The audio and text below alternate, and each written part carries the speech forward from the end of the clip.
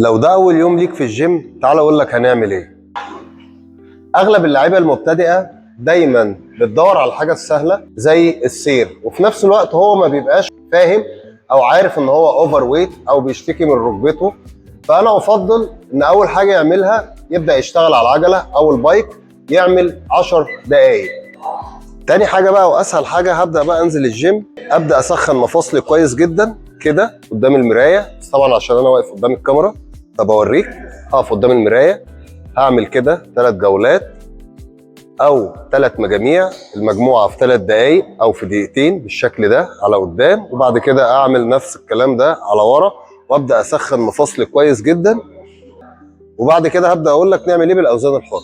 ابدا اشوف اصغر وزن في الجيم زي ده كده 2.5، وابدا اعمل رفرفه جانبي 3 مجاميع، المجموعه في 10 بنفس الشكل ده. في البدايه مش لازم اركز في الاداء قوي، او لو في مدرب ممكن تساله الاداء ده صح او غلط، بس عموما طالما وزنه قليل يبقى انا هسخن بيه مفاصلي كويس. تمام. بعد ما اخلص الجانبي ال3 جولات في 10، هعمل امامي 3 جولات في 10 بنفس الشكل ده كده برضه. بعد كده هبدا اجي على جهاز الكتف الامامي او الشولدر بريس، ده موجود في اي جيم. همسك المسكه اللي قدام دي، هعمل 3 جولات في 10 او 3 مجاميع في 10. انزل كده واطلع بالشكل اللي انت شايفني عليه ده. اهم حاجه ما افردش كوعي للاخر عشان مفاصلي. تمام. هعمل التمرين ده 3 جولات في 10. الجهاز ده فيه حركتين، في حركه امامي وفي حركه جانبي. دي الحركه الجانبي. هبدا اطلع وابدا انزل، بس هنا مش هبدا انزل للاخر برضه عشان مفاصلي. ده اخر في المسافه 1 2. بعد كده اجي على جهاز الشيست بريس او جهاز الدفع. تمام.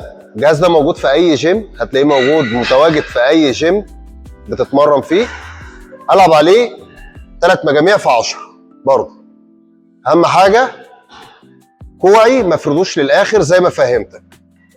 بعد كده اجي على جهاز الفراشه. الجهاز ده متواجد في اي جيم هتلاقيه. العب عليه 3 مجاميع في 10 بالشكل اللي هوريه لك ده.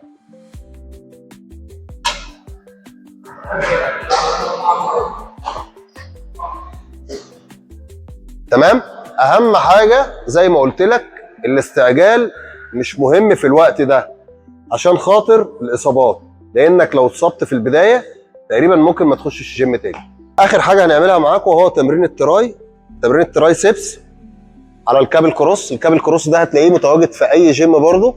هبدا امسك من المسطره من هنا من فوق واسبك كوعي في وسطي واقول 1 2 بنفس الشكل اللي انت شايفني عليه ده بالظبط.